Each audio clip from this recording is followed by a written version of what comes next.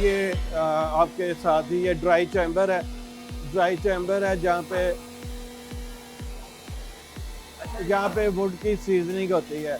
Dry होने के बाद जो टेबल बैट की आम बैट है, जो उसकी जो वुड है वो नेचुरल सीजनड होती है छत पे, और इसके बाद जो इंग्लिश है वो ड्राई चैम्बर। देखिए जो प्रोफेशनल बैट्स बनते हैं वो यूके से इंपोर्ट होती है वुड, उसमें से मुख्तलिफ क्वालिटी की वुड आती है, जिसका प्रोसेस करने के बाद जो सबसे टॉप क्वालिटी है वो प्लेयर्स के लिए चली जाती है।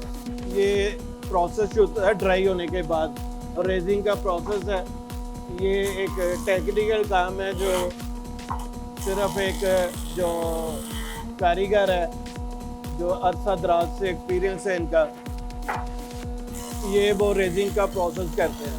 चूक का प्रोसेस है, हैंडल लगाने के लिए ये चूक का प्रोसेस करते हैं, उस सांचे में रख के ये मार्किंग कर लेते हैं। जी चूक लगने के बाद जिस तरह से ये हैंडल्स हैं, अब ये हैंडल जो फुल केन में बने हुए हैं, ये भी इम्पोर्टेड केन होता है जिससे ये हैंडल बनते हैं, इसका ये प्रोसेस होता है, और ये बैट में इसकी फिटिंग कर देते हैं। अब वो जो चूक लगी हुई है उन बैटों में ये हैंडल फिट हो जाएंगे, और उसके बाद नेक्स्ट प्रोसेस आपको जैसे ये एक बैट को लगा रहे हैं इस तरह से ये फिटिंग करते हैं, और ये इसके साथ ग्लू के साथ इसको फिक्स कर देते हैं।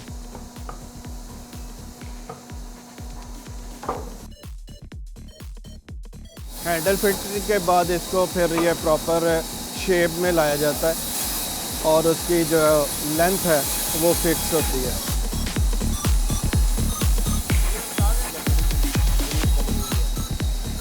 इसकी शेपिंग करने के लिए, साथ में वेट कंट्रोल करने के लिए ये कारीगर काम कर रहे हैं। शेप बनने के बाद बैट की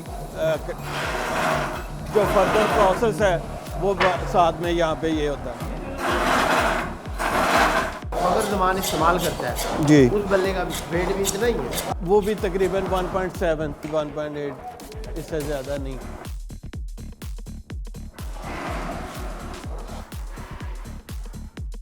इसमें एक ये प्रोसेस होता है कि इसको प्रेस के ज़रिए जो है ना कंपैक्ट किया जाता है, जो आप देख रहे हैं प्रोसेस।